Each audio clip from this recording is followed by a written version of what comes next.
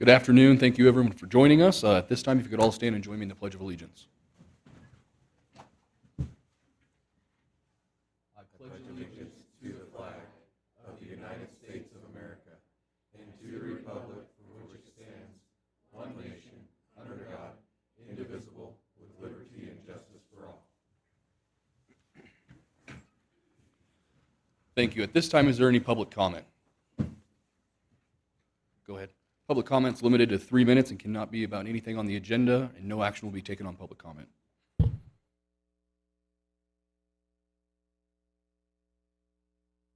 There we go. I wanted to take a moment to introduce myself to this board. My name is Christy Lattin. I'm a reporter at the Fallon Post newspaper. While I am new to the Fallon Post, I'm not new to newspaper reporting. I did cover this commission about 15 years ago with the other newspaper. Pam and Linda and Mr. Mallory know who I am. So I just wanted to introduce you and thank you for letting me be here. Thank you. Is there any other public comment?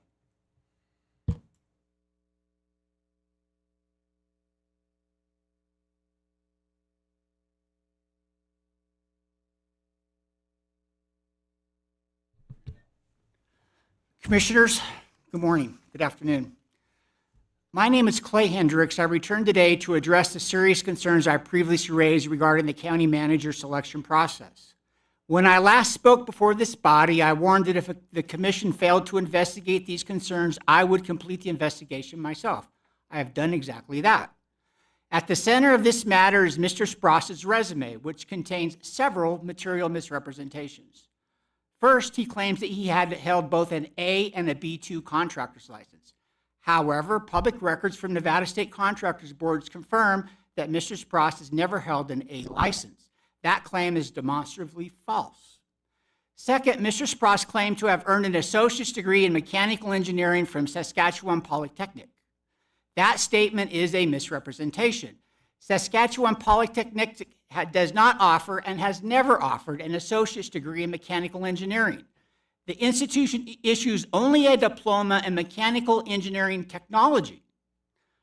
Presenting a diploma as a degree, particularly in a technical field like engineering, is not a mere oversight. It is a deliberate inflation of credentials intended to mislead.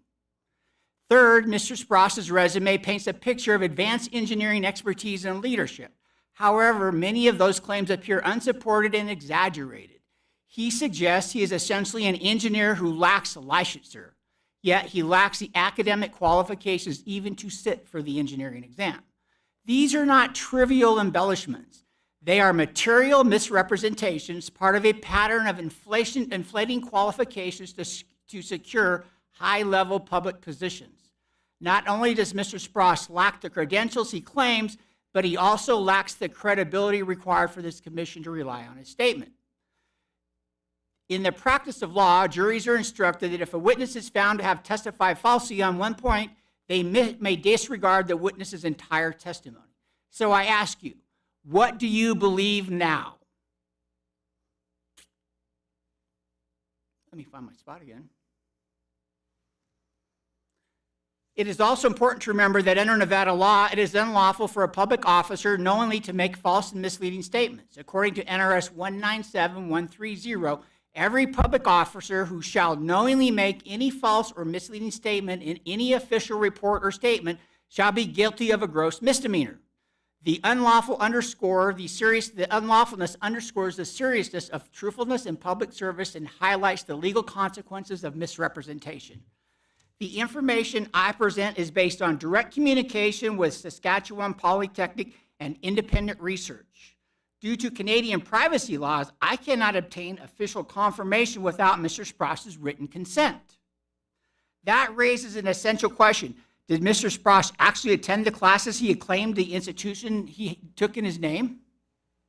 Has anyone on this commission on human resources attempted to verify even the most basic qualifications? This situation also raises serious legal and ethical concerns regarding the role of the current county manager in the hiring process. Mr. Hendricks, that'll be your time. Oh, thank you very much. Thank you. Yeah, won't be the last of it. Is there any other public comment? Okay, noting none, can I get a verification of the post of the agenda, please? Pam Moore for the record. The agenda was posted on June 12th between the hours of 3 and 5 at the locations listed on the agenda in accordance with statutes. Thank you, Pam. This will be a revised agenda with the removal of new business N. With that, can I get a motion to approve the agenda as revised? Mr. Chair, I move for approval of the agenda as revised. Mr. Chairman, I'll make a second on the motion. It's been moved and seconded. All those in favor, please say aye. Aye. Aye. Aye, motion carries. 6, consideration of possible action, approval of the minutes of the meeting held on April 16th, 2025. Can I get a motion for those minutes, please? Mr. Chairman, I make a motion to approve the minutes of the meeting held on April the 16th, 2025 as presented and find good cause for the delay in approval of the more than 30 days. Second. It's been moved and seconded. All in favor, please say aye. Aye. Aye. Aye, motion carries. Our first appointment, 7A, presentation of employee service awards for the second quarter of 2025. Jim? Thank you, Mr. Chairman. Jim Barbie for the record. I'll have you guys assume your position. Each quarter, we have the great opportunity to recognize the service of some of our county employees as they reach milestones. I'll ask the Assistant County Manager to come up and give me a hand, if he wouldn't mind, in shuffling these forward. And we will start with our 5 years of service. And Ashley Kuntz with the Sheriff's Office. Is she here? Next up, we have Cameron Page with the Juvenile Probation Office. Congratulations, Cameron.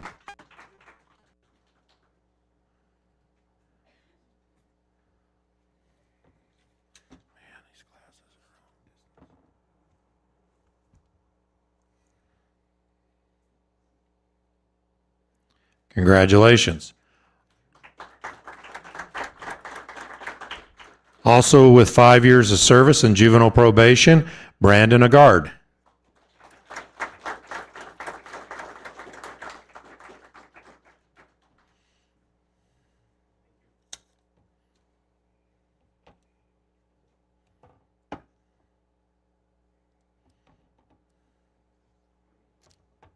Congratulations. Next, we have in the District Attorney's Office with 10 years of service, Joseph Sanford. I don't believe he's here, but we'll give him a big round of applause. He's on a well-earned vacation. 10 years as well from the District Court, Julie Binnenhove. Congratulations.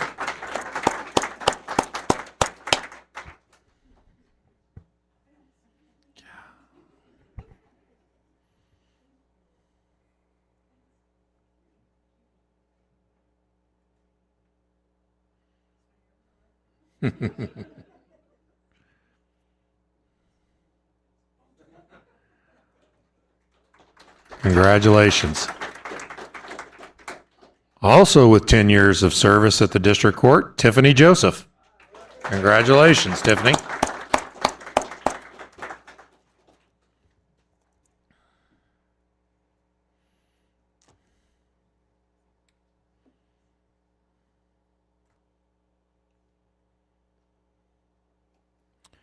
Congratulations. From the Sheriff's Office with 10 years of service, Brian Miller. Is Brian here today? Nope. From the Road Department with 10 years of service, Gary Fowkes. Congratulations, Gary.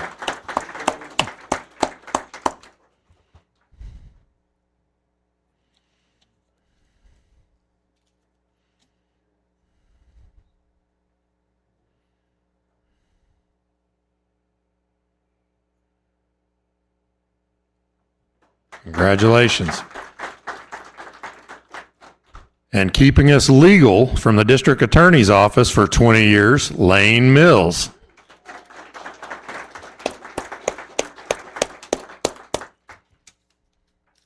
Congratulations, Lane.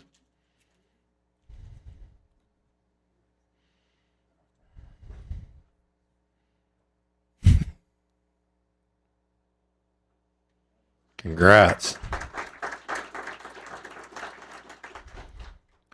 And from the Clerk Treasurer's Office, 25 years of service. A great big round of applause for Pamela Moore. Thank you, Pamela, for your time and effort and service.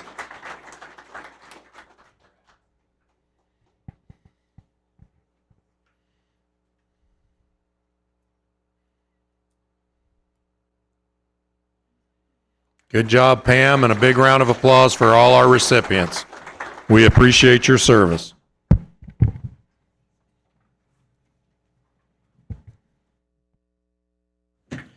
Congratulations to you all, and thank you for your hard work. We'll jump to 7B, consideration and possible action update on current activities, plans, or actions related to the Bureau of Land Management, Carson City District.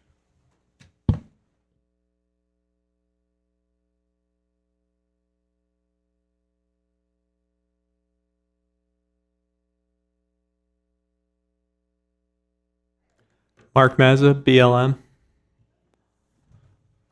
Zach Reichel, BLM Stillwater Field Manager. All right, well, thank you. I appreciate the time to update you on some of the activities that are going on in the county. We've been in contact with individuals in the county and working on a number of projects. Start off, we wanted to just kind of go over something that I've been engaged with. I'm fairly new, so I'm relying on my second in command here to kind of help me out with some of this because there's a lot of stuff going on. But the Sand Canyon Road realignment, this is part of the National Defense Authorization Act, something that is required under the act and something that we have been in contact with the board with, or at least the county manager, members of the Bureau of Reclamation, and the Navy, and have been working on a path forward. I think that we just met about this yesterday. We have some things that we need to go back to the table with to make sure that we're legal. And so we're going to regroup in about 2 weeks, make sure that we get a template for the review of the draft language that we propose in our way forward. And we will present that so that it can be reviewed and we can see if we can start moving forward with the realignment in and of itself. The BLM, Nevada Department of Agriculture, the Navy, and the grazing permittees are currently working and meeting on a regular basis on the B16 range expansion project and the, let's say, the reallocation of some of those AUMs that are found underneath that or that are being withdrawn from that range area for the grazer. And then once we have completed that, we'll go forward with a similar process with the B17 range expansion and the B20 range expansion. The BLM and BOR are developing an interagency agreement for the land exchange under Section 2907 for the NDAA. The timeline, a timeline and estimate submitted for review to Coconino District Office Management has been submitted to them. We're prioritizing work on the affected B16 grazing permits to try and, I believe, Mark, we're getting additional resource information and so on and so forth. Correct, yeah, we're doing some monitoring out there in coordination with the grazing permittee so we can renew the grazing permits in the next few years.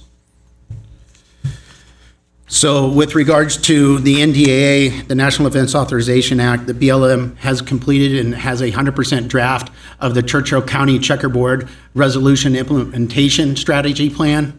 That is a plan that needs to go forward for our state director's approval. Once we have briefed the state director, we intend to do that hopefully next week, and we get either their approval or find out what they want amended, then we will be able to come back to the county and make that presentation, present that plan to you and make sure that it is in line with the county's, master plan, and that and then we would discuss the various different roles that the county would be involved in the joint, I guess it's the joint approval of those nominated lands or how the lands would be nominated within that area. Okay. State Route 361, BLM is a cooperating agency. The Highway Administration and NDOT are conducting the baseline studies for that. Those are the environmental and cultural survey baselines that are then supported, that would support the NEPA. Great Basin Pipeline relocation, we met with the Navy this week and are discussing with them and the pipeline, the owner of the pipeline, the best way to move forward with that with regards to making sure that we're compliant with our requirements under the code of the CFRs, the rules that we work under, and also the NDAA in and of itself. Okay, regarding wild horse and burro updates, so we have the census flights and the numbers that we counted on those herds that we flew this year. At the top of this slide, the big updates regarding that program are the La Hunt and Gather EA, which is in Churchill County. And right now we're expecting the final EA and decision. We're doing an internal review on that and expecting that to come out next month. So then we'd be in a good place to gather out there. And this is right adjacent to the B16 range that's supposed to come online. The next event that's a new update on this slide is the adoption event. So at the Northern Nevada Correctional Center on 6/21, there's going to be 18 saddle-started horses available, and we'll conduct an adoption on that date. Next slide.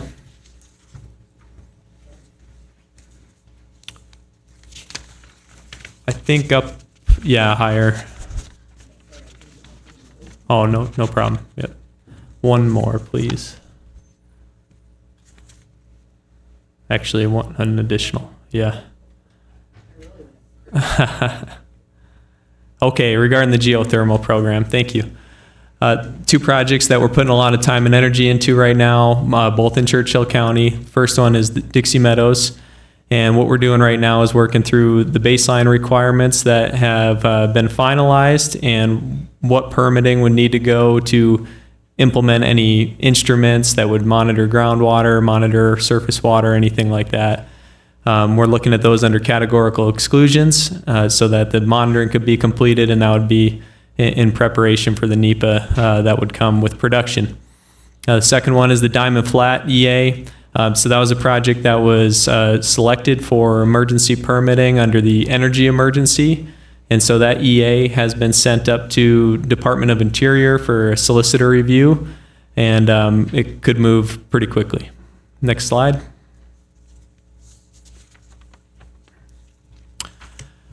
We're in the final stages of this year's geothermal lease sale EA. So this is something that happens annually, and if there's parcels that are selected within each BLM district, then we do a step-down EA for that so that they can go to sale. There were 9 parcels nominated in total, and 2 of those were in Churchill County, and we're calling them the Carson Desert parcels. They're up on the map there. That's only 2 parcels. If you look at the numbers, they're just broken out into different pieces. And then if we go to the next slide, we can talk about the deferment process that happens. So they go through an internal review, and if there's things that are unresolved to the point where they shouldn't move to a lease sale yet, they're deferred for the next year until those things can be worked through. It was actually one whole parcel and then a part of another parcel, so this title slide is a little bit off. But the parcel 2179 there, that was deferred because it fell within the Numinui Special Management Area. And under that co-stewardship agreement, we need to develop a plan on how those lands will be managed and how geothermal leasing, production, and sale and all those things would occur. And that hasn't been done yet. So once that was to occur and that was more defined how geothermal would work in those parcels, we can look at that one again. The other one was a portion of this parcel in 2171. The other portions of those parcels are on the former slide in the map. And the portion of this parcel that was deferred, it was because it fell within a conveyance parcel under the NDAA. Next slide. So with mineral products, we have the Bell Mountain Mine.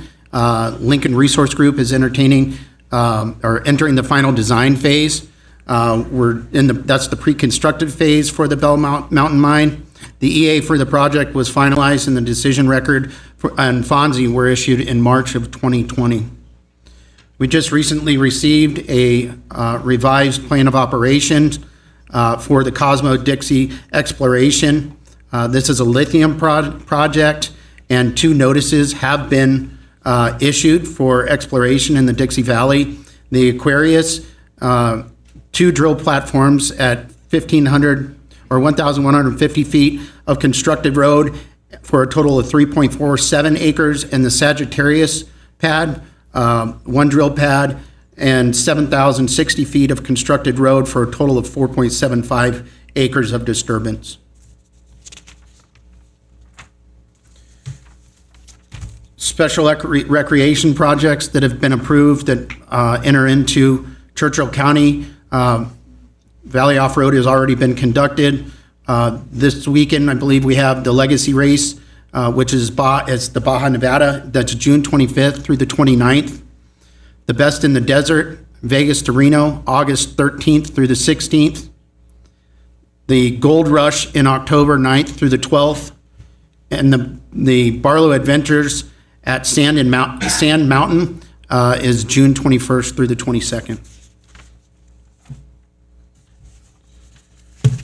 Greenlink North, this is a multi-district project, which should be a transportation line for energy. Final EIS was published in April 2025, and the record of decision for this project is supposed to be published in July of 2025.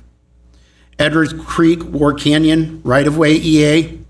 The Bureau of Land Management received a right-of-way application for water lines, water pipelines within War Canyon, Star Canyon, and Cherry Creek. We received that from the proponent. Our list of our ID team, our specialists are reviewing that application and are getting ready to provide feedback and additional requirements or information to the applicant so that we can further evaluate this project.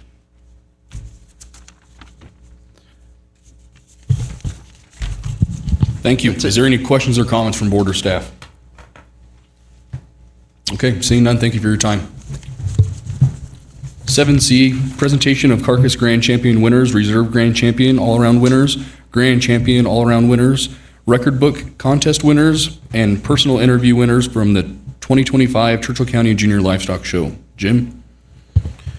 Thank you, Mr. Chairman. Jim Barbie for the record. I'll have you guys head down there to assume your photographic positions. And just remind folks that the Churchill County Junior Livestock Show is a cooperative agreement between Churchill County, the Commission, and the Churchill County Junior Livestock Show Foundation, which basically does the funding side of it, while it falls underneath the umbrella of the county as a county event, sponsored and endorsed by the commission. This last year, at the sale that was held in April, that generated over $200,000 in livestock sales, which coming out of this community is a tremendous thing to say. When you remove the actual market value of those livestock, you're still looking at well around $150,000 in scholarship that's brought forward for those students that are working hard and putting together these great projects that the folks in the community and the business in the community are supporting. So a big round of applause for all of that. That's a tremendous amount. So with that, we'll start with our competition record books awards. First place junior, Haley Heibel. Congratulations.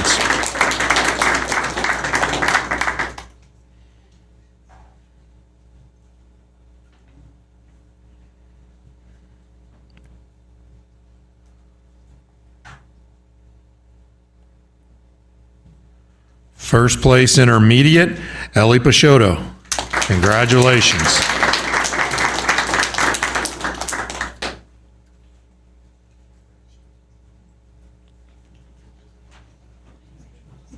You guys make these commissioners look so much better. It's amazing.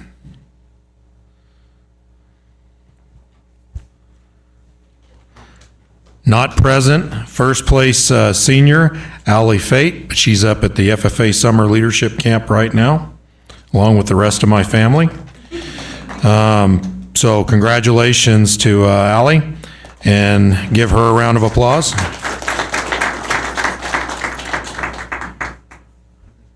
Personal interview, first place junior, Braden Sowersby. Going up, Braden. Oh, I got to be paying attention. I wasn't looking, sorry. And that's Colton accepting for his sister. So first place, whoop, now I've lost my place. First place junior, Braden Sowersby for personal interview.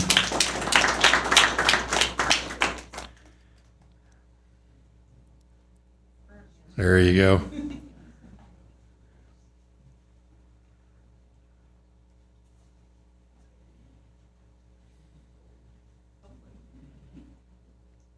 Good job, Braden. First place intermediate, McKady Bogdanowitz. Yay, McKady.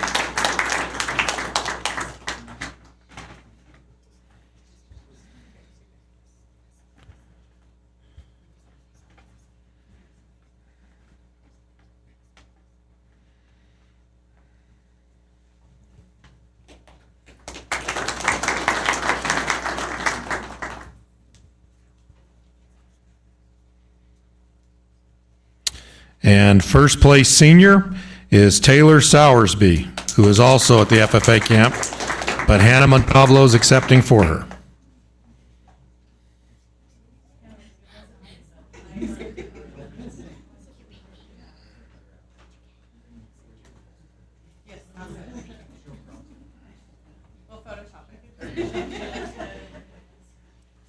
Next, we have our carcass contest. Grand champion steer carcass, Caitlin Dock. Congratulations, Caitlin.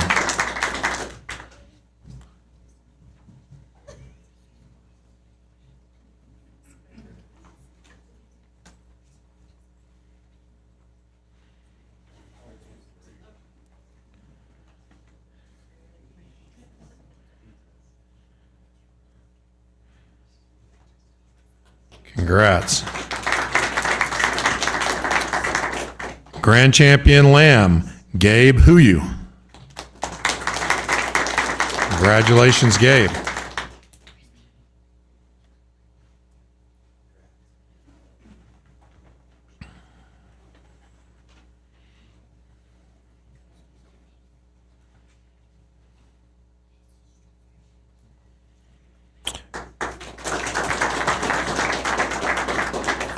Grand champion hog, Colton Fate. And this doesn't happen every year. That was also the live grand champion at the fair, so that's really saying something.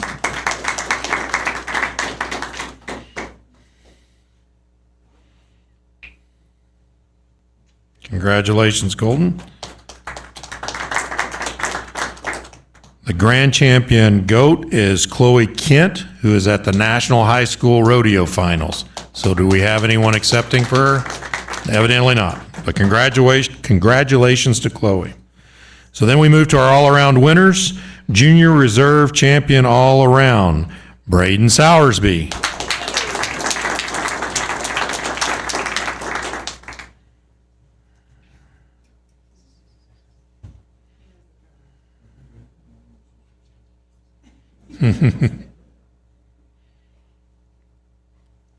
Good job, Braden. Intermediate Reserve Champion all around, Louis Palandini.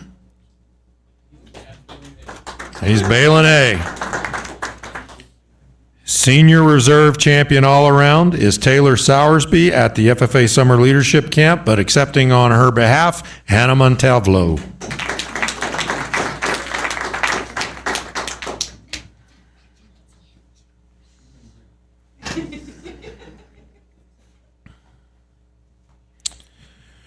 Junior Grand Champion all around, Kaylee Montalvo.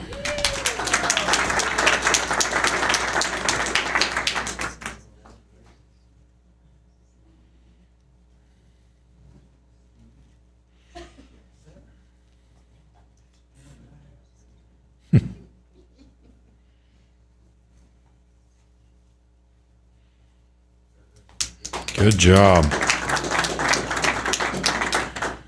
Intermediate grand champion all around, McKady Bogdanowitz.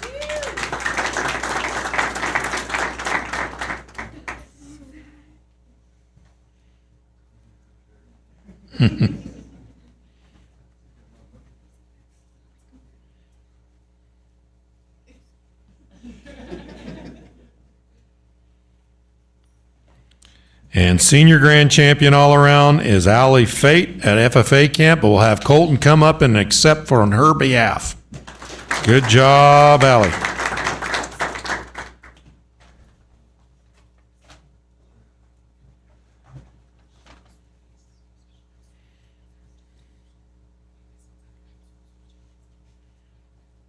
And if we can have everybody come back up, we'll get one big photograph. Bring your hardware. In the show ring, we call it hardware, right?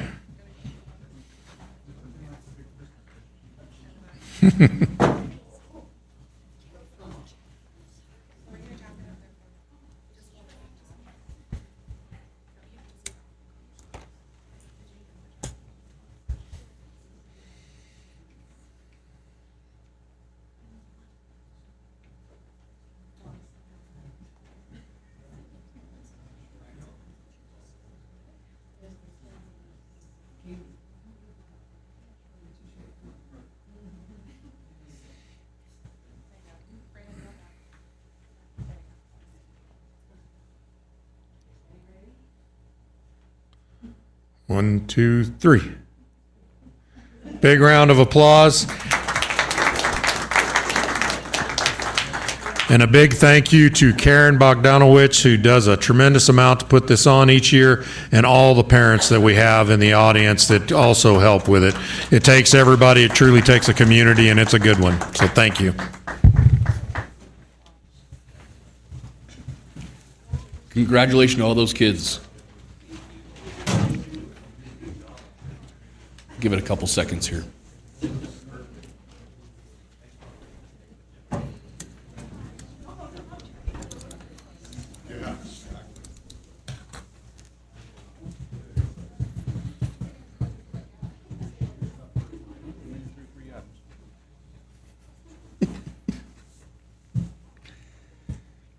Okay, we'll jump to 7D, consideration and possible action. Renewal of a professional service agreement with Mahana and Associates LLC for an amount not to exceed $180,000 per year. And with that, I'll pass the microphone to Chris Mahana.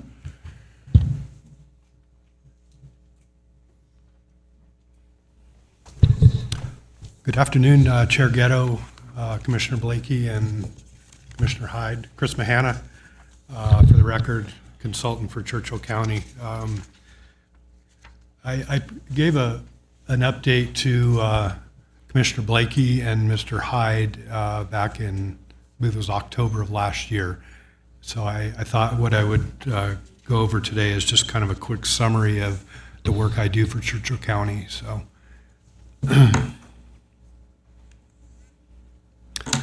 So just a couple slides here. The summary of tasks. Everything on the left-hand side is things I do for Churchill County that would be covered under this contract. First one is water rights management. The county has a portfolio of surface and underground water rights. Those require occasionally change applications filed, extensions of time, proofs of beneficial use, reports of conveyance, those sorts of issues to keep those water rights in good standing. The second bullet point's water resource protection, looking at applications or actions upstream on the Truckee and Carson or other groundwater projects that may have the potential to affect Churchill County's interest in water rights and water resources. That can involve everything from filing protests, negotiating with applicants to try and resolve those issues. In some cases, that results in a water right hearing before the state engineer, expert witness testimony, studies, those sorts of things. Water resource planning, assisting the county, going back, I think, to 2000. My prior associate with Water Research and Development, WRD, we prepared a 25 and 50-year water resource plan that was kind of all-encompassing of the entire county. That got updated. It's been updated a couple of times and kind of narrowed down, the most recent being work with Shaw Engineering in, I believe, their 2019 water and wastewater master plan. So I've assisted in that. I guess kind of wrapped into that is the county, as you know, owns the Wild Goose Farm west of town.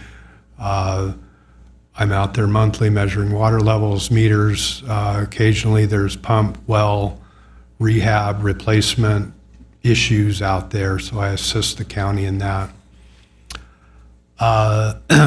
Coordination, collaboration with a variety of entities that interface with Churchill County, being just kind of a laundry list there: Central Nevada Regional Water Authority, Humboldt River Basin Water Authority, TCID, Fish and Wildlife Service, the USGS, Nevada Division of Water Resources, State Engineer. And while I'm on that topic, at the Nevada Water Resource Association conference this year, State Engineer Adam Sullivan announced that Basin 101, or Carson Desert, is going to be the next basin that they study with their Nevada Water Initiative. And they're currently working on 2 basins in the eastern part of the state where they're applying best available science to update perennial yields and water availability. And this is an issue I've harped on. In Basin 101, the natural recharge to the basin is very small from precipitation, and the aquifers are supported by the irrigation project. The state engineer knows that, and they want to update the studies. So Basin 101 will be the next NWI basin that they study, and I'd be working with them on helping to define that study and how they might go about it. The next bullet point's conjunctive management. I've spent a good amount of time on this over the last, well, really almost my entire career, but Nevada is finally coming into the 21st century when it comes to this issue of the interconnectedness of groundwater and surface water, and the effect that junior priority groundwater pumping is having on senior decreed surface rights.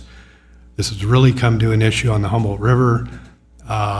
The USGS and Desert Research Institute have initiated modeling efforts that have been going on nearly a decade now, and we're still waiting on the middle model to be completed. They found issues with it, so it's been a long, drawn-out process, but they're attempting to do best available science to determine what those impacts are. The state engineer hopes to issue a draft order at the end of this year on how he might handle that issue on the Humboldt.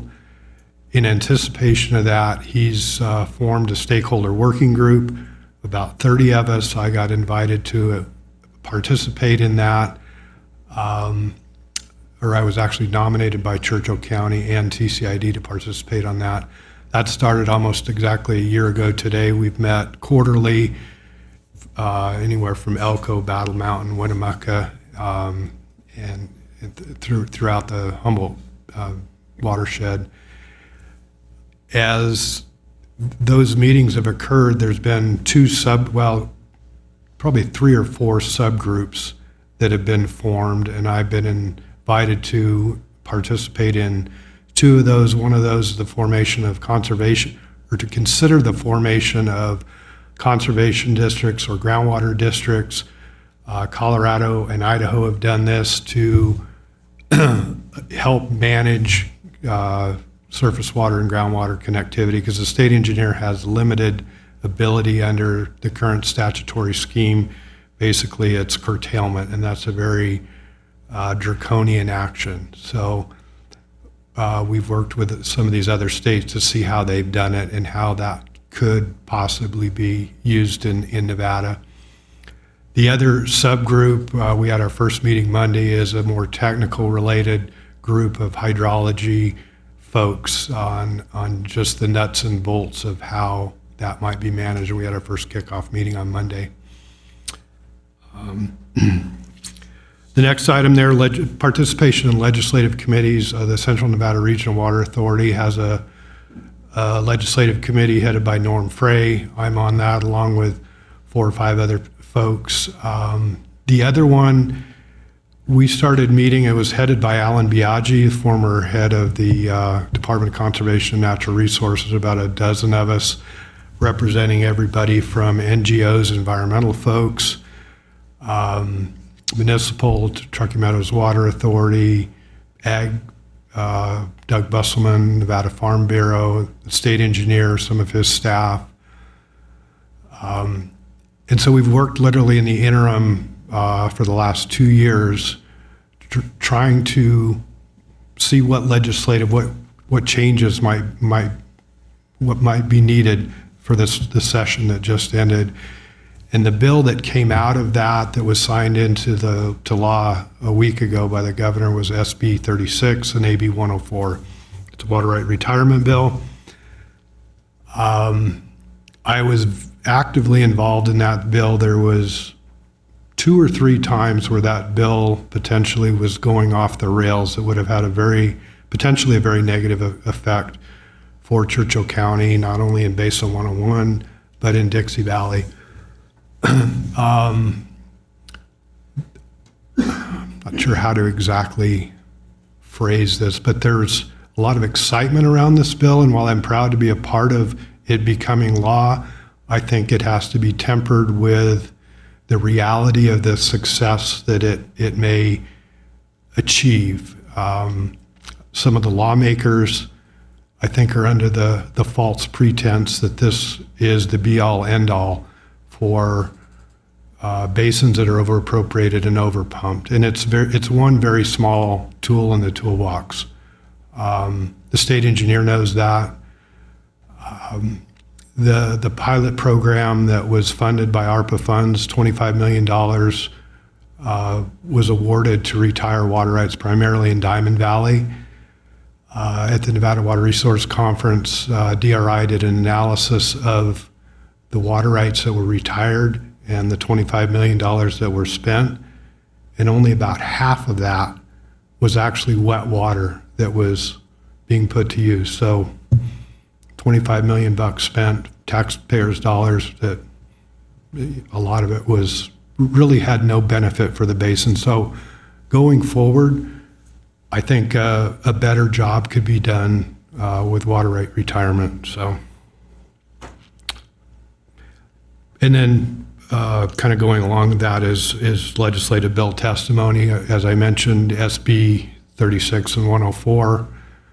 Although I was supportive of it, at one point I would have been opposed to it with some language that the NGOs wanted in there. And so that kind of went back and forth. Just other miscellaneous stuff. I do water right dedication maps for the county. Any particular tasks that the county manager's office, public works related to water, I'll take on. So on the right-hand side are other tasks that are funded outside of the proposed contract.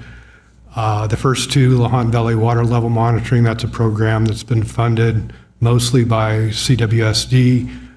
There's a little bit of matching money the county puts into that. That's probably going on 15 years of monthly water level data. That's been very valuable.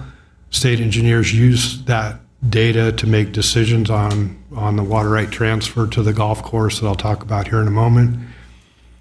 Also, CWSD funds the county's interest in Dixie Valley for ongoing water level monitoring, and we have 13 high-altitude precip gauges that I monitor out there. Additionally, there's special use permits with geothermal companies and monitoring plan reviews that industry pays for.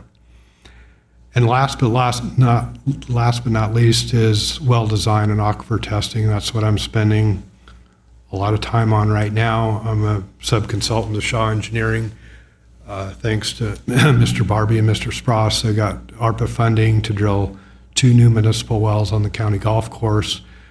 We literally just completed the second one on the east side of the golf course earlier this week. We'll start test pumping those on early next week. And they look to be very promising. And that was funding for the 2 wells to equip them, connect pipeline, demolition of the sewer plant that was on the site there. So that project's moving along nicely. So in conclusion, we've always in the past renewed this contract with Mahan & Associates in 3-year increments. We're asking for a not to exceed amount of $180K per year for the next 3 years. The caveat is that would be a max. The current fiscal year to date, I think we're about around 110,000. The prior fiscal year, we're close to the current cap of 160. I think it was 157 and change, so bumped it up a little bit just to make sure that if workloads increase, that we're covered. And I guess just finally, I would like to express my appreciation and thanks for all the years of working with Churchill County. I believe Mr. Spross will be the 6th county manager that I've worked under. I guess I'm getting a little ahead of myself, assuming this is approved. And I guess if I may diverge slightly from the previous public comments, I've had the privilege and opportunity to work with Mr. Spross for the 5 years he's been here. Found him to be a very hard-working, dedicated individual. Although he may not have a PE behind his name, I think, no offense to Mr. Barbie, he has probably the best engineering construction wherewithal of any prior county manager I've worked with. So happy to answer any questions. Thank you very much. Thank you, Chris. Any questions or comments from board or staff? Is there any public comment on this agenda item? Mr. Chairman, I just thank you for your commitment to the county over the years. I look forward to working with you in the future. Mr. Chair, I would move to approve the professional service agreement with Mahan & Associates LLC for the period of July 1, 2025 through June 30th, 2028. Mr. Chairman, I'll second the motion made. It's been moved and seconded. All those in favor, please say aye. Aye. Aye. Aye. Motion carries. Thank you, Chris, for your time. Thank you, gentlemen. 7E, consideration of possible action, ratification of a funding agreement for the Pet Charities Program. Shannon? Good afternoon, Mr. Chair and members of the board. For the record, Shannon Ertz, Churchill County Social Services. In fiscal year 2025, we were asked to request funds from the Pet Charity Foundation, which is actually through the Meals on Wheels Association. The goal of this really is to build a program that supports our aging populations and their pets so they can afford to keep their pets and their companions. So this past year, it's been very successful. They actually came out and provided a site visit, thought we had a model program, and asked us to reapply. So we have about 36 individuals that are receiving services each month. And this can be from pet food, prescriptions, things of that nature. We do very limited vet bills. So today I'm just asking to ratify so we can continue the program. Thank you, Shannon. Any questions or comments from board or staff? Is there any public comment? Motion, please. Mr. Chairman, I'd like to make a motion to approve and ratify the Pet Charities Funding Agreement as presented. Second. All those in favor, please say aye. Aye. Aye. Aye. Motion carries. 7F, consideration possible action, ratification of agreement between United Way of Northern Nevada and the Sierra and Churchill County Social Services to establish a stipend award for approved safe applications not to exceed $1,200. Shannon? Again, for the record, Shannon Ertz, Churchill County Social Services. Prior to 2 years ago, this used to just be an informal agreement with NV Energy, where they would provide us certain funding to help keep individuals with their utilities on. It did change, and now it goes to United Way, and so we have to apply for the funds, and this year we have been awarded $1,200. This does follow all of our policies and procedures for those individuals that have a disconnect notice to maintain those utilities. Thank So you, is there Shannon. questions? Questions or comments from board or staff? Is there any public comment? A motion, please. Mr. Chair, I move to approve and ratify the funding agreement as presented. Mr. Chairman, I make a second of the motion. It's been moved and seconded. All those in favor, please say aye. Aye. Aye. Aye. Motion carries. Thank you, Shannon. Consideration and possible action, ratification of intrastate interlocal agreement, contract, between public agency, between Nevada Department of Health and Human Services, Division of Welfare and Supportive Services, and the Churchill County District Attorney's Office, Child Support Division for the period of July 1st, 2025 to June 30th of 2029. Jeff? Thank you, Mr. Chair and members of the board. If the board is looking at this and having deja vu, it's because it was here about a month ago. The numbers have been sent by the state for this agreement, which revolves primarily around the reimbursement for child support services, as the board will recall.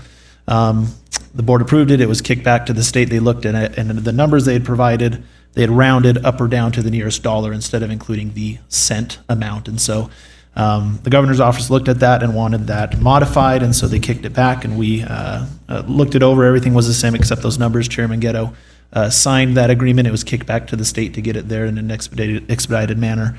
And today we're just requesting the ratification of that signing by the chair of the board and the approval of that agreement.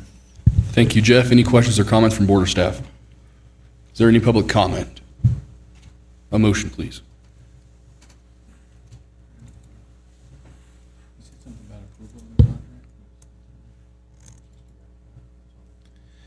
Yeah, we're just looking for ratify because the chair already signed it.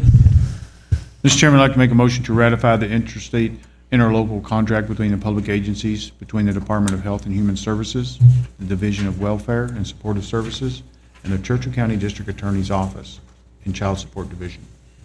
Second. It's been moved and seconded. All those in favor, please say aye. Aye. Aye. Aye. Motion carries.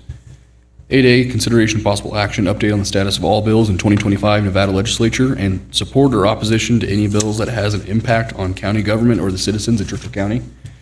Jeff, are you taking this one? Yes, if you haven't taken a nap, this might be your time, but I'll try to keep this brief and to the point. As the board is aware, there has been extensive work going on at the legislature. It has since adjourned.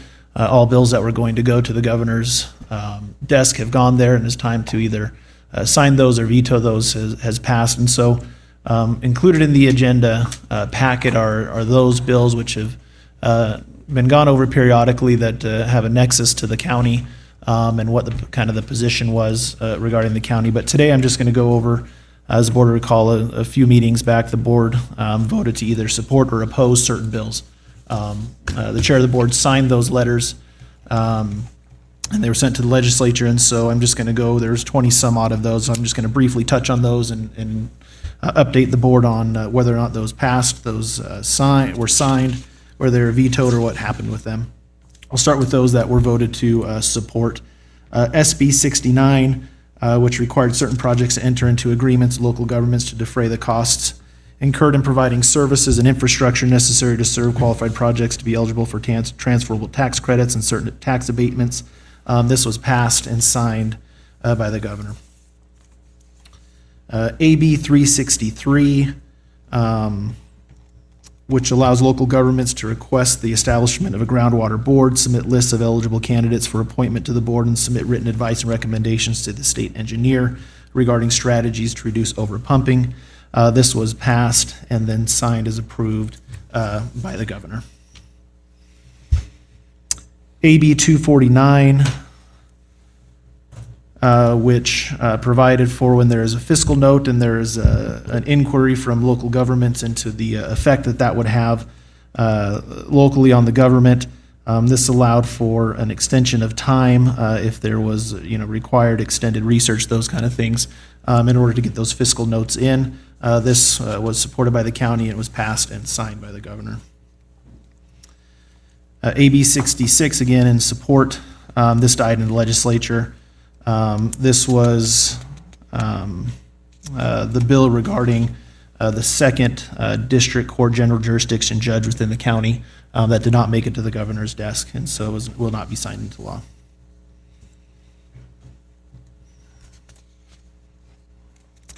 AB 70, again in support. This was passed and signed.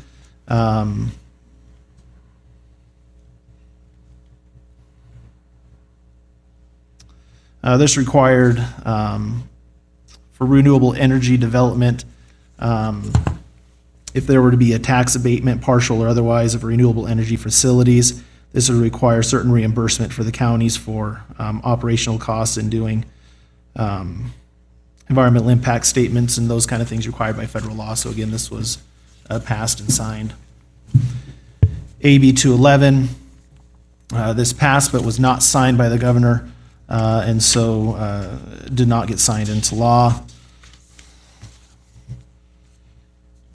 AB 226, this was vetoed by the government.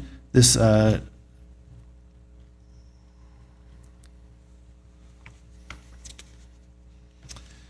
to do with certain transferable tax credits for tax abatements to certify that those applicants would commit to collaborate with communities and local governments in requiring essentially a statement that they would work with governments to help with the costs and those kind of things associated with their the growth that would come from that, but this was vetoed and did not pass, or was not signed into law.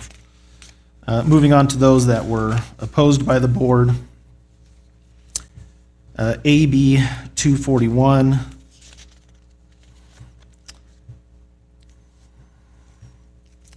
This would allow for and require passing of an ordinance or adoption of an ordinance by local governments for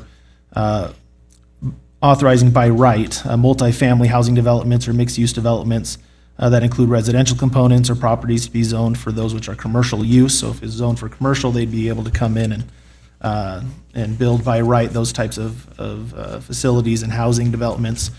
This was passed and signed by the governor.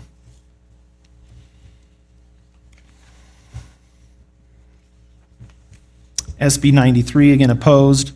This required as a condition of any grant or federal money for the development of broadband services and infrastructure that requires a contract license to comply with certain provisions of NRS. The county's concern is that the funding from these federal projects did not account for the substantial increased costs associated with prevailing wages. This was opposed by the county. It passed the legislature but was vetoed by the governor. SB 447, opposed by the county. This was vetoed by the governor. This allowed or removed the autonomy of the county to contract to not include reasonable attorney fees for certain contracts, those kind of things. This required that those attorney fees could be granted despite what was included in certain contractual agreements. This was vetoed by the governor. AB 245, which prohibited the possession of certain firearms, specifically semi-automatic centerfire rifles and semi-automatic shotguns by those under the age of 21. This was opposed by the county and it was vetoed by the governor.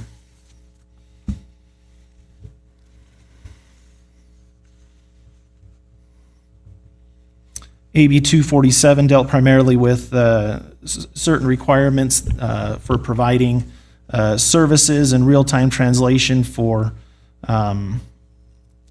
those with certain disabilities, primarily with those who were hearing impaired. This was opposed by the county, and this died in the legislature, did not make it to the governor's desk.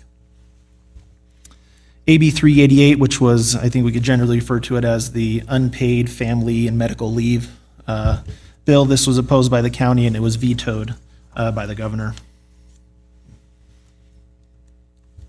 AB 462, this is a bill that combined Inland Port Authority Act with the Industrial Park Authority.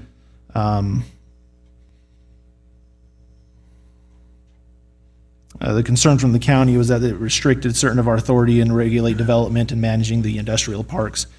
This was opposed by the county. It was passed and signed by the governor. AB 479, which deals with certain tax abatements related to ag and solar use of property. This was opposed by the county, but was passed and signed by the governor. AB 502, opposed by the board or by the county, required a public body to request an identifying number from the Labor Commission not less than 3 business days before any advertisement or other type of solicitation for public work is published or made. Again, this was opposed, but it passed and was signed by the governor. AB 547 dealt with the requirement for the state to evaluate job applicants based on their experience within the federal government, to treat it the same as if it was in the state government. This was passed and signed by the governor. SB 390 dealt with child support enforcement. This was a provision that restricted in certain circumstances the reporting of failure to pay child support to the DMV and restricted the ability to suspend driver's licenses, which is an important aspect of that collection of child support. This died in the legislature, did not make it to the governor's desk. So those are the updates I have at this time. Thank you, Jeff. Any questions or comments for Jeff? Okay, with that, does anyone want to pull any letters received?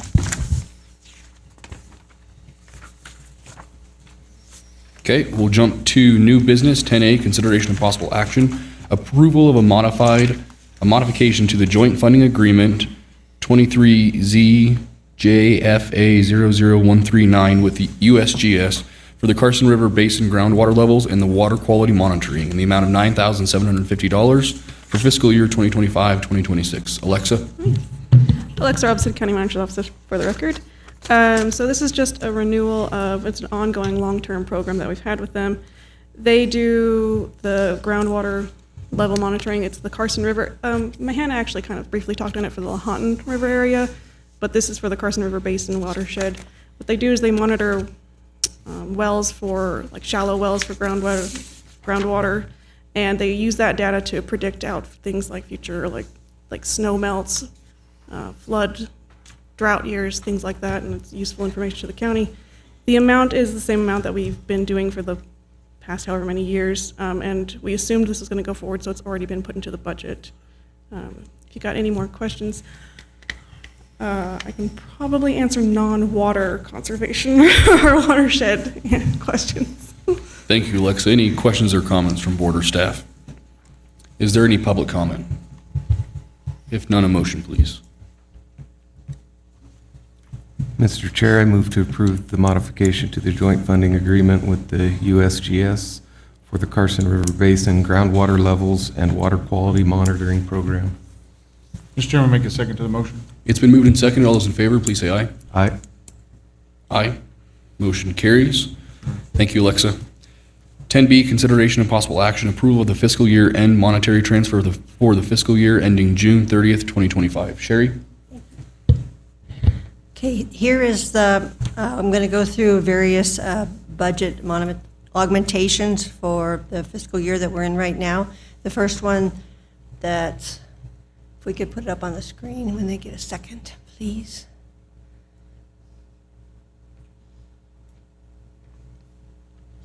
Is monetary transfers. What we do is we transfer between funds, so this is not expending any more money. However, we had budgeted $25,000 to be transferred from the Administrative Assessment Fund, which is administrative fees that are collected by Justice Court, and we use these fees to reimburse the county for the old courthouse that was built, and the fees have gone down lower. I checked with Judge Trotter, and he says that the legislation has changed and these fees keep going down, so we have to reduce the transfer from $25,000.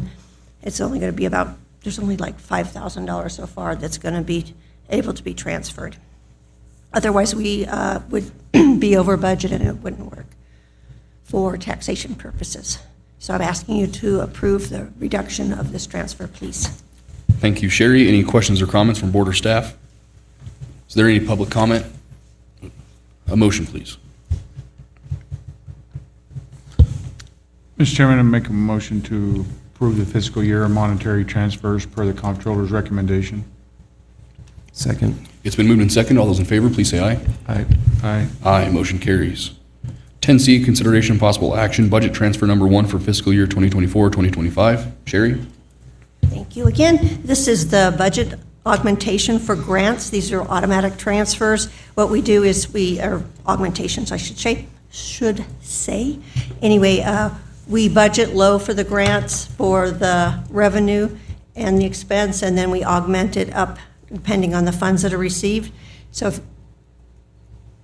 that's the wrong slide. Am I doing the transfers? My bad. Yeah, you're doing transfers. Okay, never mind. That's not what's in front of me right here. This is transfers. This does not change the budget at all. It just moves items around within the budget so that we do not have overages within the, let's say, payroll, salaries and benefits, or services and supplies or capital outlays. So this is pretty much just a housekeeping item. What we do is because our 2026 budget is already done and we've already looked at 25 and 26, that we just true this up so that the financial statements don't have negative numbers where possible. So this does not affect us financially. Thank you, Sherry. Is there any questions or comments or public comment? Motion, please. Mr. Chair, I move to approve the budget transfer as submitted and make the transfer part of the official minutes of the Board of County Commissioners as required by the Local Government Budget Act. Mr. Chairman, make a second on the motion. It's been moved and seconded. All those in favor, please say aye. Aye. Aye. Aye, motion carries. 10D, consideration and possible action, approval of automatic budget augmentation number 1 for grant for fiscal year 2024-2025. Sherry? Okay, these are the grants. Anyway, for the grants, we augment for the grants that are going to be received and the expenditures that have already incurred, and we try to estimate what it's going to be by the end of the year. So this is an automatic augmentation, and I'm asking you to approve that, please. Thank you, Sherry. Any questions or comments from board or staff? Any public comment? Okay, a motion, please. Mr. Chair, I move to approve and note in the minutes the automatic augmentation for grants received by Churchill County for the fiscal year ending June 30th, 2025. Mr. Chairman, I second the motion. All those in favor, please say aye. Aye. Aye. Aye, motion carries. 10E, consideration and possible action adoption of Resolution 7-2025, which seeks to augment the fiscal year 2024-2025 budget in accordance with NRS. Sherry? Thank you. Now, these are actual augmentations. I'll wait till it goes up on the screen so I say the right thing. The only way that we can augment the budget is if we have a greater than anticipated opening fund balance, if we have the grant, which is greater than anticipated revenues or various revenues. That doesn't have to always be grants, that we can augment and increase the budget. And there's the one I'm looking for. Okay, this top part here, this is what was published in the paper. Per NRS, we have to publish this so the public knows how we're augmenting accounts that are funded by the ad valorem taxes. And if we go through this list, we have the general fund, and what I'm going to use, we try to make it pretty simple. We could go through and pick out little pieces of revenue to combine that number. However, we have to explain it to taxation, so we try to make it as simple as possible so that they can understand what we're doing, and it makes it a lot more efficient. So for this year, we're going to just use the greater than anticipated opening fund balance of the general fund. That's not the total greater than anticipated fund balance, but it's a portion of it, and it's what we deemed that was necessary to cover the expenditures in various funds. And you can look through the funds. You have the commissioner software, that is the Sophos program. We needed to augment for that. The recorder had greater mapping expenditures, if you recall. The county manager had the services and means travel and travel. That was for your trips to DC. Facilities had a lot of AC repairs in their contracted services for their building.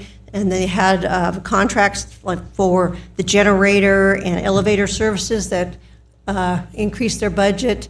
Human resources, it was recruiting that was a lot more costly this year. Data processing, we had the phone system, which is the $40,000, and the contracts with Logically, and the purchasing of computers that they've already talked to you about. Sheriff's Office, that augmentation is kind of a placeholder. I talked to the Sheriff's Office, and they have some coroner costs that were not billed last year that may come through from Washoe County. They're working on that, so we just did that just to make sure they wouldn't go over budget. Fire Department, that's the building we bought. Justice Court, that's a Zoom system. JPO had contracted services that were more expensive. A lot of those that whole piece isn't just contracted services, but we only pick one account within there. That was various accounts. And their food services were higher, but again, it wasn't that whole amount. And public defenders, capital outlay, that was some of their building expenditures that were from last year that were, while they were getting into the new building, these were more expenses that rolled into the current fiscal year, and that's why we needed more money there. And the community support was our helping CAPS with their building. And China Springs, we just needed to make that go up to be due to the China Springs contract. And then if we go down to social services, it took greater than anticipated tax revenue and some miscellaneous revenue. We had the capital outlay equipment that had to do a lot with the 270 building, the expenditures that went into the current fiscal year. And child protective services looked like it was going to be going over budget, so we added some there. Indigent hospital funds, that's basically in and out to the state. And so we had higher tax revenue that was coming in, and so we needed to get that number higher so that wouldn't be over budget. And that's a standalone, these are all standalone funds, so it would be a budget violation if these funds would be over budget. And then the indigent services funds, that's where they're trying to get the 8 cents, and then we were not budgeting for that, so that's to bring that up. So those are the accounts that were published in the paper that are supported by our ad valorem taxes. And if we roll down to the next funds, these are just other funds that are not funded by ad valorem taxes, so they did not show up in the paper. Well, you can stop there at the top, just a little bit. Anyway, we have Parks and Rec. They had a lot of, what I'm using for their revenues is intergovernmental revenues. We're hoping to get more revenue out of the federal in lieu of taxes, but we won't see that until the end of the fiscal year. We have miscellaneous revenue, actually, as I didn't use the intergovernmental, now that I'm looking up here. The miscellaneous revenue is our county-sponsored events. We're hoping to get about that, maybe more than that, of our county sponsors, which will offset the cost of the county sponsored. You can see down in expenditures and the various accounts that we chose to augment for Parks and Rec for their expenditures. And then the library fund was going to be over, so we just had to add a little bit of money of their opening fund balance to make sure law library did not go over expenditures. And then regional transportation, that's just going up mainly due to the requests of the city for their funds. So I had to increase their budget to cover their request within the fiscal year. And that is the augmentations. Do you have any questions? Thank you. Any questions for Sherry? Any public comment? Okay, a motion, please. Mr. Chairman, I make a motion to adopt the Resolution 7, 2025 with augments the fiscal year 2024 and 2025 budget in accordance with the provisions of the Local Government Budget Act and NRS Chapter 354.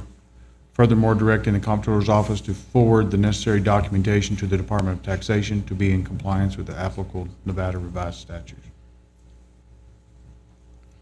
I have a motion. Do I have a second?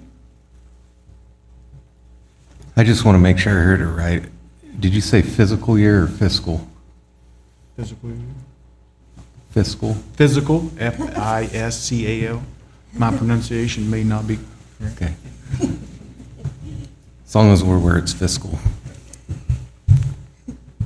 Is that your second? That's my second. It's been moved and seconded. All those in favor, please say aye. Aye. Aye. Aye, motion carries. Thank you, Sherry.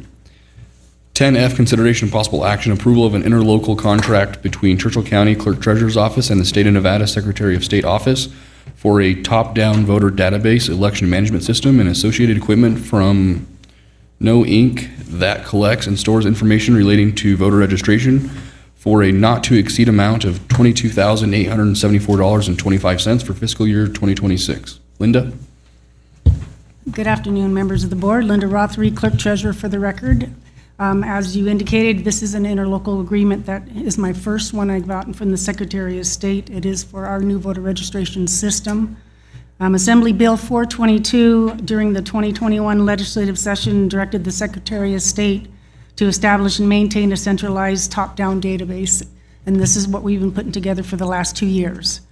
I will also mention that I had a transposition between my 7 and 8 in the subject title and the discussion, first paragraph. The full amount you indicated is correct. It is $22,784.25. I just thought I'd mention that. This is a 50-50, so it is all based on voter registration. What our numbers are, we are over 20,000 registered voters here in Churchill County, and the state will be paying 50% of the fee, and then we are going to be paying 50% of the fee. This is already in my budget.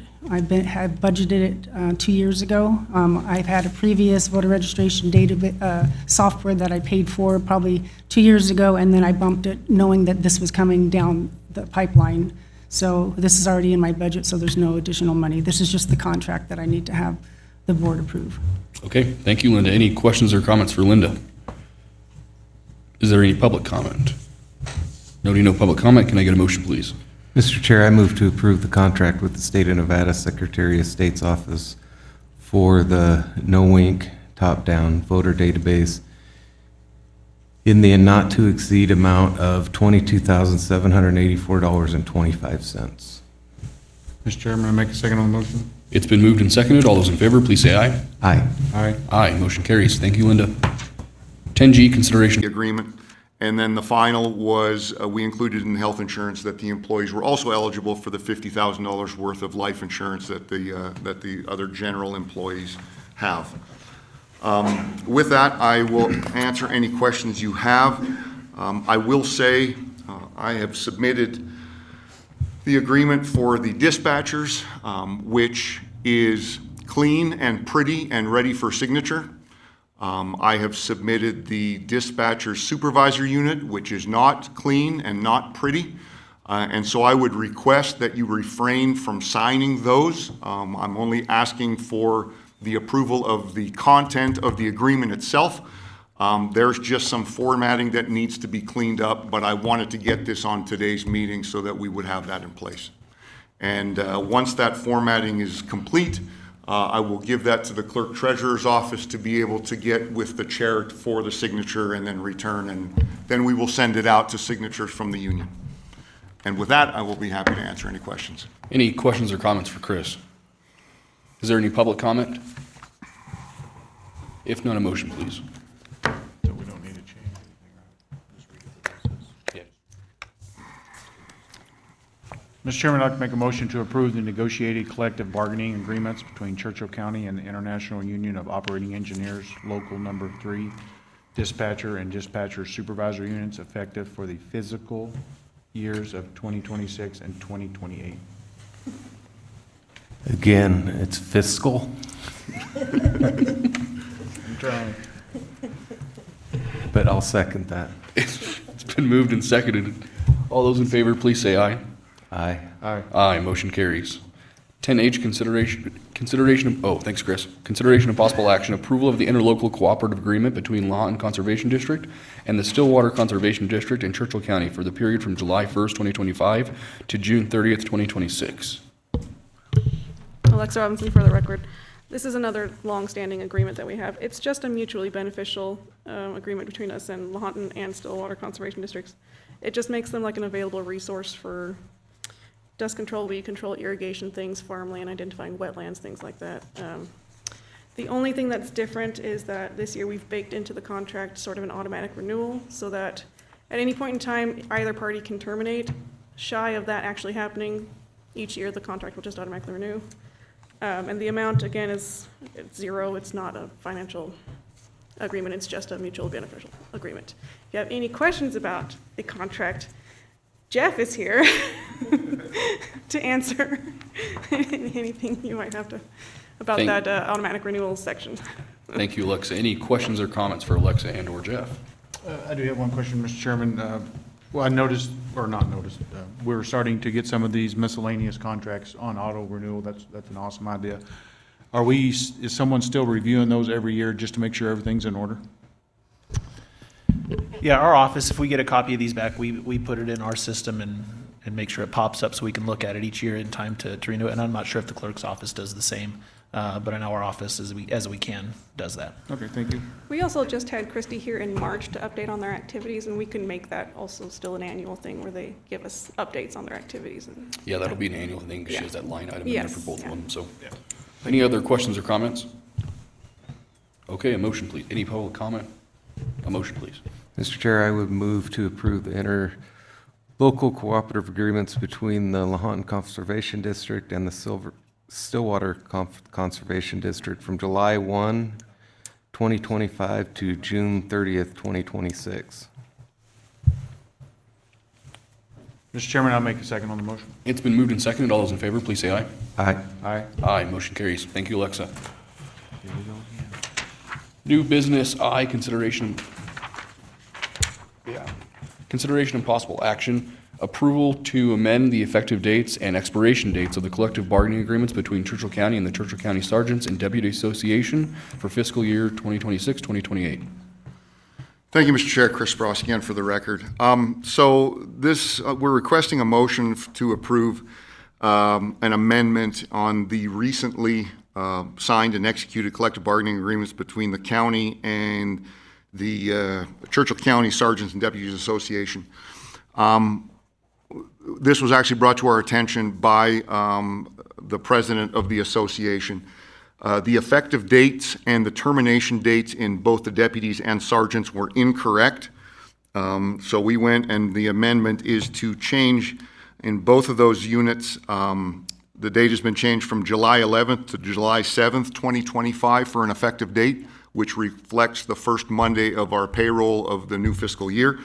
And by doing that, that also changes the termination date, and that changed from July 7th to July 3rd. All the other terms within the agreements remain unchanged.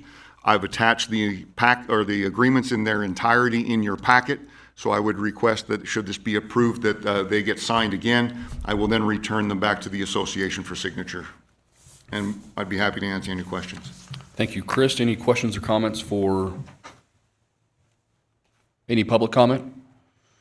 Okay, a motion, please.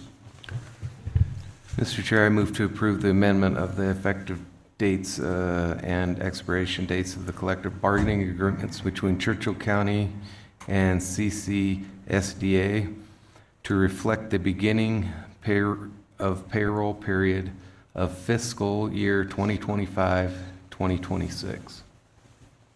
Mr. Chairman, I'll make a second on the motion. It's been moved and seconded. All those in favor, please say aye. Aye. Aye. Aye, motion carries. Consideration and possible action, J, approval of funding for annual behavioral health wellness visits for law enforcement personnel as required by NRS 289.1510, and to execute a contract with the Ridge PLLC to perform the wellness visits in the amount of $13,000. Chris? Thank you, Mr. Chair. Again, Chris Spross for the record. So Churchill County is required to adopt regulations and establish some minimum standards for peace officers.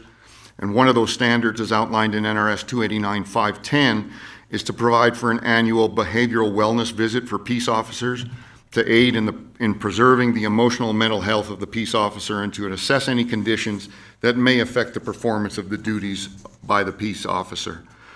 So this service is not covered by our current employee assistance program offered through Accentra.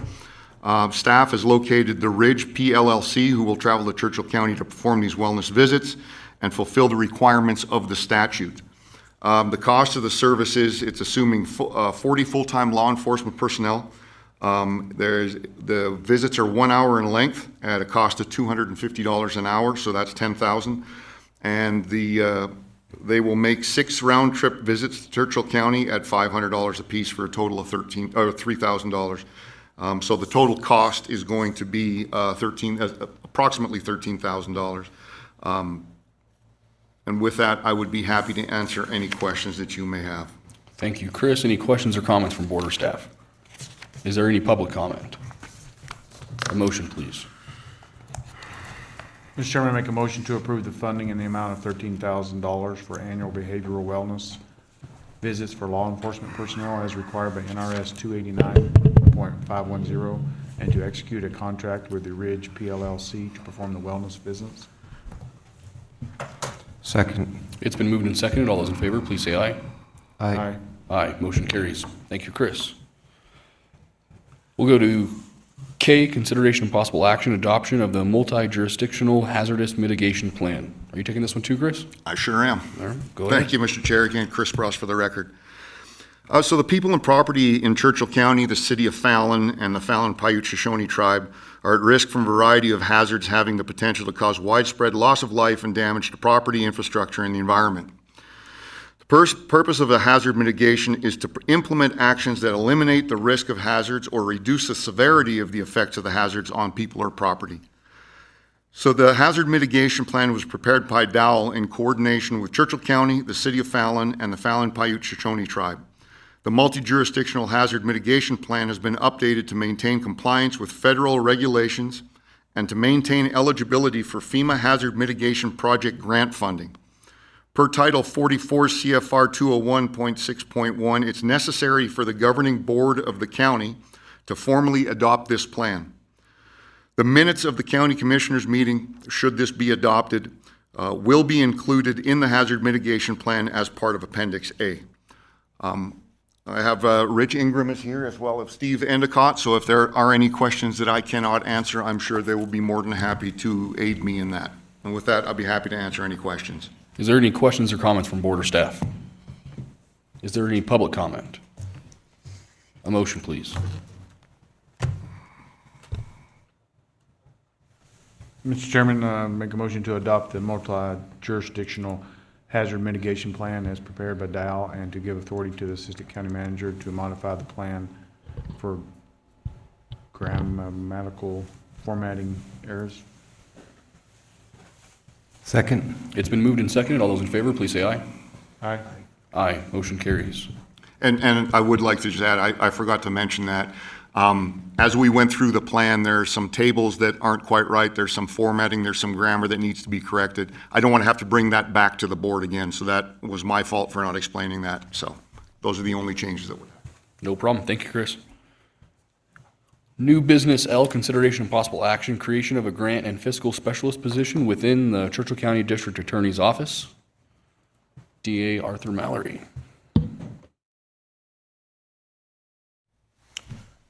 Thank you, Mr. Chairman and members of the board. For the record, Arthur Mallory, Churchill County District Attorney. To begin with, let me please put you somewhat at ease. This is not going to cost the county any money. It's simply an adjustment that's required by both county code and Nevada law. But since I'm an attorney, I will make it as complex as possible for your enjoyment this late in the day. Churchill County receives state, federal, and private grants to fund critical services. Social services right now, directed by Shannon Ernst, manages the majority of grant funding in the county, bearing significant compliance responsibilities. But these grants are also not just within social services; they're within other areas of the county. One thing we uncovered in preparing for this was it appears that Ms. Ernst works a phenomenal amount of time, very hard to get this job done, and we're very fortunate to have her. She and her whole staff. We were very impressed with the scope and depth of her work and what she did on behalf of the county and the income that she generated. They do an exceptional job in applying for and receiving and complying with these grants. Grant Management Social Services has a grant and physical specialist position currently filled by Louise Sprouse since 2022, she is the spouse of the soon-to-be county manager, Chris Sprouse.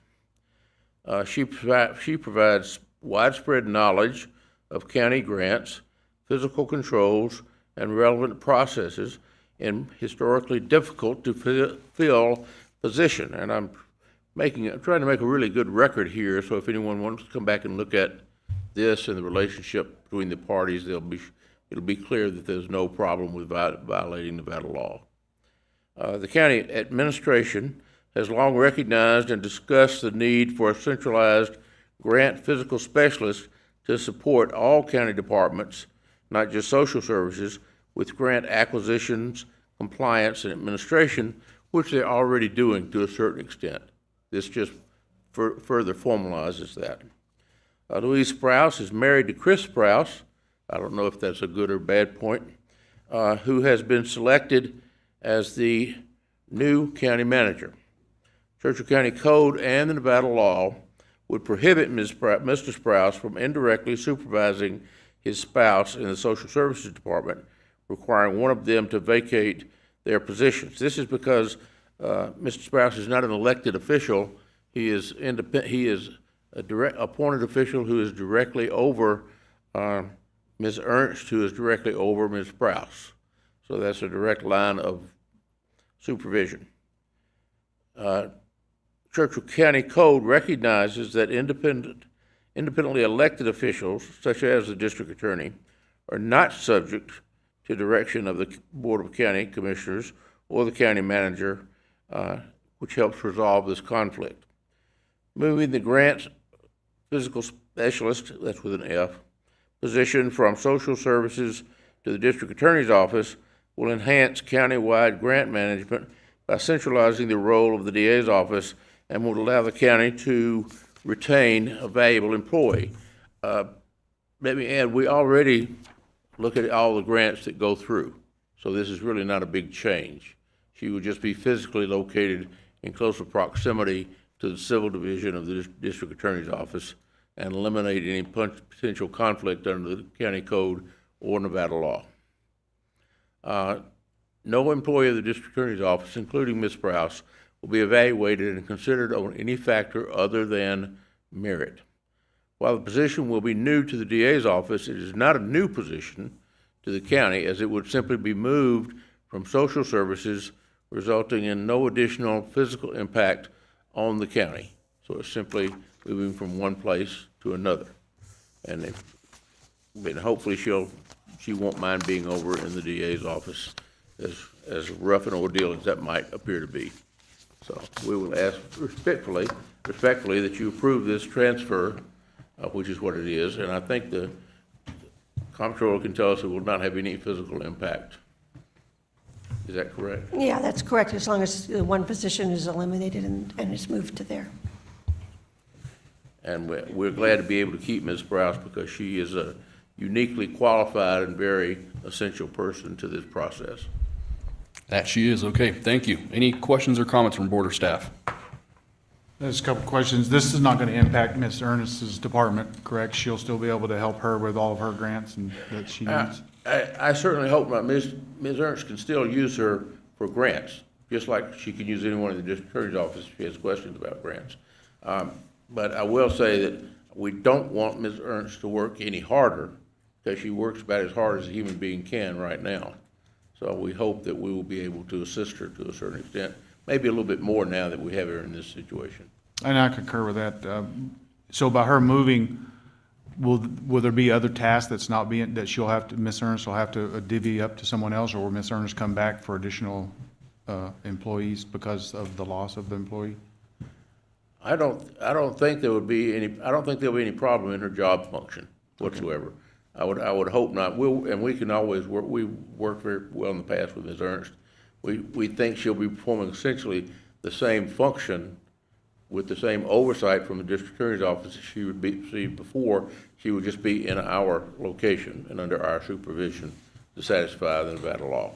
Okay, thank you. And then one more question is, in the motion, it says to create a position, and you've made it known that it's a more of a lateral move position. Correct. So do we need to adjust the recommended board action before we take action? Correct. We are creating a position, but the funds will come from the present position in social services department. Yes, I mean, as far as the motion is concerned, this is Jeff Weed for the record. I think you could create the position within the district attorney's office with the understanding that this is a transfer of a position from the social services department, something like that. It's just this position doesn't exist in the DA's office, so we have to make it exist in the DA's Correct. office. It does not currently exist. We have to create it, but it'll be a transfer of a current position. Thank you. No further. Any other questions or comments from board or staff? Is there any public comment? I would just have one comment. When you have, it's been stated already, when you have a good employee, you don't want to lose them. So, yeah. So if there's no public comment, then... All yours, go for it. Mr. Chair, I would move to create a grant and fiscal specialist position within the Churchill County District Attorney's Office as presented and discussed. Mr. Chairman, I make a second on the motion. It's been moved and seconded. All those in favor, please say aye. Aye. Aye. Aye, motion carries. Thank you, Mr. Mallory. New business M, consideration and possible action, approval and ratification of a public comment letter regarding the Department of the Navy's draft environmental assessment for the Fallon Range Training Complex Modernization Range for the B-16 improvements. Mr. Chairman, Jim Barbie for the record. This is simply the comments that were put together in consultation with RCI, Jeremy Drew, our natural resource specialist, who's been engaged in this project over the entirety of the project, more than 7 years at this point.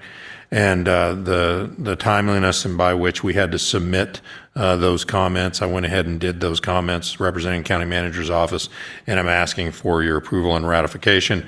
This is in alignment with your previous resolutions on these matters. Thanks. Thank you, Jim. Any questions or comments from board or staff? Any public comment? If none, a motion, please. Mr. Chairman, I make a motion to approve and ratify the letter sent as comments on this matter as presented. I'll second. All those in favor, please say aye. Aye. Aye. Aye, motion carries. And has been withdrawn. We'll jump to the consent items. Is there any consent items someone wants to pull from the agenda? If none, a motion to approve those, please. Mr. Chair, I move to approve the consent agenda items as presented. Mr. Chairman, I make a second on the motion. All those in favor, please say aye. Aye. Aye. Aye, motion carries. Does anyone have anything they want to consider for a future agenda item?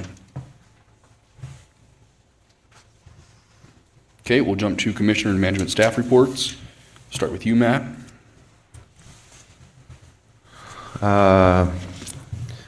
Just so everybody's aware, the Fallon Youth Club Golf Tournament's coming up July 12th. I think they may have room for another team. As of Monday, we had 17 teams, and I think they will take up to 20. I'd like to keep it at 18 because we're playing 18 holes, but they would take up to 20. CART is still moving along in its current form, waiting for that grant to come out to see what we're going to get, to see what that means for us. And so we'll wait to hear from that, and then we'll be able to plan and move forward with that. And I attended last night. There was a fundraiser for 2 youngsters that have cancer, and I did a little bartending and donated all the tips. It was the football coaches against the fire department. It's going on again tonight, so if you find yourself down there, please go to the football stand. There's a big belt they're going to present to the winner. So, and the rodeo looks great over there. Did a fabulous job. So I'd like to thank Mr. Segura for his hard work putting that together. That's a big event. I think it's only going to get bigger as well as we move forward. So that's it for me. Okay, I had an RTC meeting this morning, and as well as a intergovernmental executive committee meeting on Monday up in Reno, and that's all I got. Eric? Mr. Chairman, I attended a fire board meeting this time, and it was normal business as usual, and I just thank them on behalf of the county for their hard work and dedication on the last large incident they had a couple weeks ago. Appreciated all their work there. Attended a CETA meeting. We've finalized the revolving loan application, so small businesses here in the community can start getting some assistance if they need it. And then the museum board, their normal business, that we are getting ready to have an ice cream social on June the 28th. It's going to be so exciting. You should come. And they're going to have a booth at the Cantaloupe Festival, I believe. And there's, I'll leave it there. That's it. Sherry? I don't have anything, thank you. Jeff? Nothing, thank you. Jim? Thank you, Mr. Chairman. A couple of things. Regarding the IEC meeting, I just wanted to make aware and put on public record that we were, first, that we want to thank Congressman Amadei's office in working to do clarification through the House Appropriations Committee report on specifically the expectation of the House regarding the NDAA bill that was passed in 2022 relative to the grazers and ensuring that specifically the grazers are compensated for the value of the livestock that are lost by the reduction of AUMs on those permits over a 100-year period. So I think that is going to be very helpful to provide clarity to the Navy in terms of what the expectation is in terms of the payouts and the agreements that they have to reach with those grazers. So I think that was a not well known, not well publicized activity that happened last week that is a really big win. So put that on the record. Secondly, I'm very excited. Hope folks come out to the Fallon Rodeo at the Rafter 3C Outdoor Arena for the final performance tonight. This is a growing activity. It's going to be better moving forward, but in the first year we had over 500 contestants come into that. So a big official hat tip to Jesse Segura and his team and his crew and all the hard work they put together.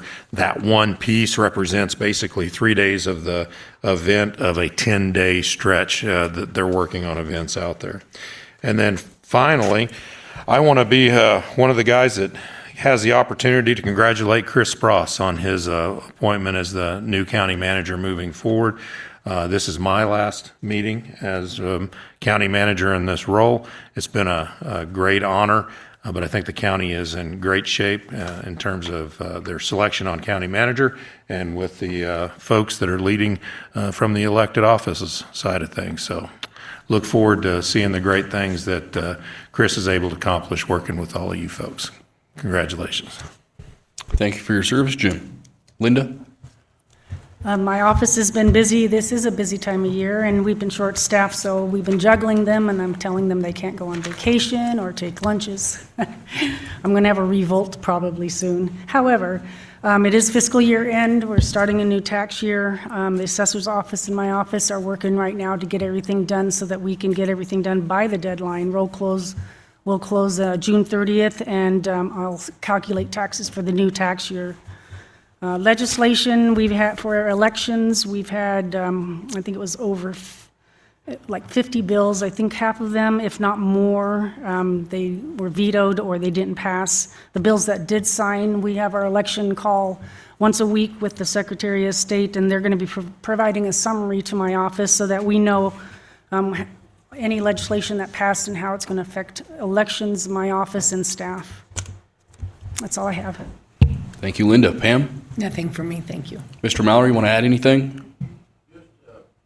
I have reservations about the difficult questions I was asked by the board, but other than that, I'm fine. Okay, with that, claims and payroll are going around. At this time, is there any public comment? If none, we stand adjourned. Thank you, everyone.